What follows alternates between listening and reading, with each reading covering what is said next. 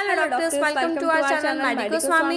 हमारे चैनल पर आप पाएंगे एमपीएमएसएस की लेटेस्ट और हाईएस्ट अपडेट सबसे जल्दी देने की हम लोग कोशिश करते हैं, तो चैनल को सब्सक्राइब करके जरूर रखें। बात करेंगे फिजियोलॉजी के पेपर फर्स्ट के बारे में। क्या है मोस्ट इम्पोर्टेंट क्वेश्चंस और जिनके आने के चांसेस हैं। इसके पहले हम लोगों ने 2 वीडियो और अपलोड की है जिसमें हम लोगों ने डिस्कस किए हैं 2 मार्क के क्वेश्चन, 5 मार्क और 10 मार्क के क्वेश्चन। इस वीडियो में हम लोग डिस्कस करेंगे कंप्लीट पेपर किस पैटर्न में आ सकता है, क्या क्या क्वेश्चंस आ सकते हैं, किन क्वेश्चंस के आने के मोस्ट इम्पॉर्टेंट चांसेस हैं। शुरुआत करेंगे 2 मार्क से।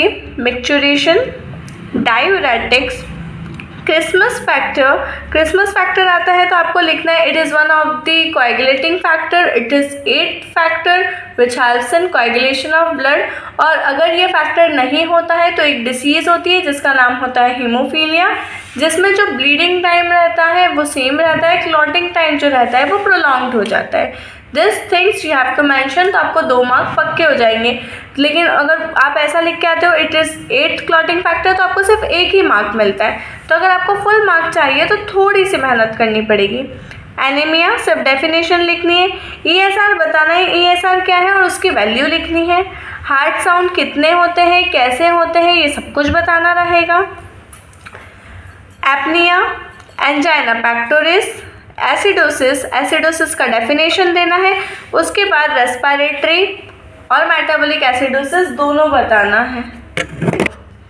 इसके बाद बात करें थर्डी पल्स में क्या होता है, एक वीक पल्स या स्लो पल्स होती है बहुत ज़्यादा। अब ये वाले जो क्वेश्चन है इसमें से कुछ भी आ सकता है और कितने भी मार्क में आ सकता है। इंस्पायर्ड एयर, एल्वियोलर एयर और एक्सपायर्ड एयर, सिर्फ डेफिनेशन लिखनी है, उसका वॉल्यूम देना है। Arrhythmia. Coming on to the questions of 5 marks, immunity, regulation of respiration, acclimatization, neuromuscular junction। किसी का एक कमेंट आया था, sorry I don't remember the name, उन्होंने कहा था कि न्यूरोमस्कुलर जंक्शन तो पेपर 2 का क्वेश्चन है।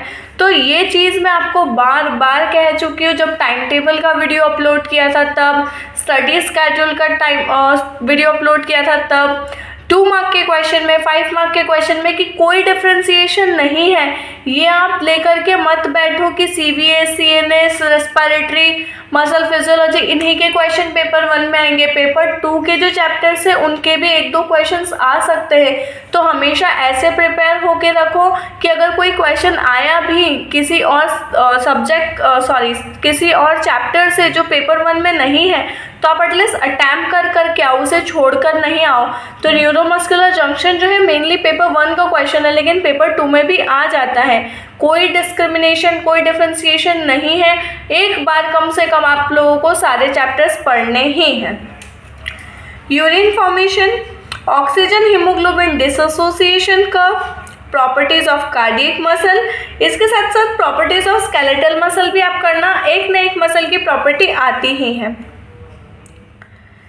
Basal ganglia, haemorrhage, renin angiotensin mechanism आता है तो आपको चार्ट बनाना है, जो BP कंट्रोल वाला चार्ट है वही है ये। एक और कमेंट था जिसमें उन्होंने पूछा था होम्योस्टैसिस का, तो हाँ, होम्योस्टैसिस में बॉडी टेम्परेचर जो रेगुलेशन सिस्टम है, heat gain and heat loss, वो दोनों ही आता है। तो जैसा क्वेश्चन रहेगा उसके अकॉर्डिंग अटैम्प्ट करना है। आप लोग कमेंट करते हो, हमें बहुत अच्छा लगता है कि ठीक है कोई वीडियो देख रहा है, सुन रहा है, हमें हमारी आवाज़, हमारा नॉलेज कुछ लोगों तक पहुंच रहा है। प्लीज़ आप लोग ये वीडियो ज़्यादा से ज़्यादा शेयर करो। कुछ लोग ऐसा सोचते हैं कि हमें मिल गया ये क्वेश्चंस तो हम खुद कर लें। प्लीज़ इनको शेयर करो ताकि जो भी लोग हैं वो इसका बेनिफिट ले सके। मैकेनिज्म ऑफ रेस्पिरेशन, ये एक बहुत इंपॉर्टेंट क्वेश्चन है, उसके आने के चांसेस बहुत ज़्यादा है। इंटरनल कैप्सूल, अब डिस्कस, ये थे सिर्फ 2 और 5 मार्क के क्वेश्चन जो 21 को जो पेपर है उसमें आने के चांसेस रखते हैं। डिस्कस करेंगे 10 मार्क के क्वेश्चंस क्या है।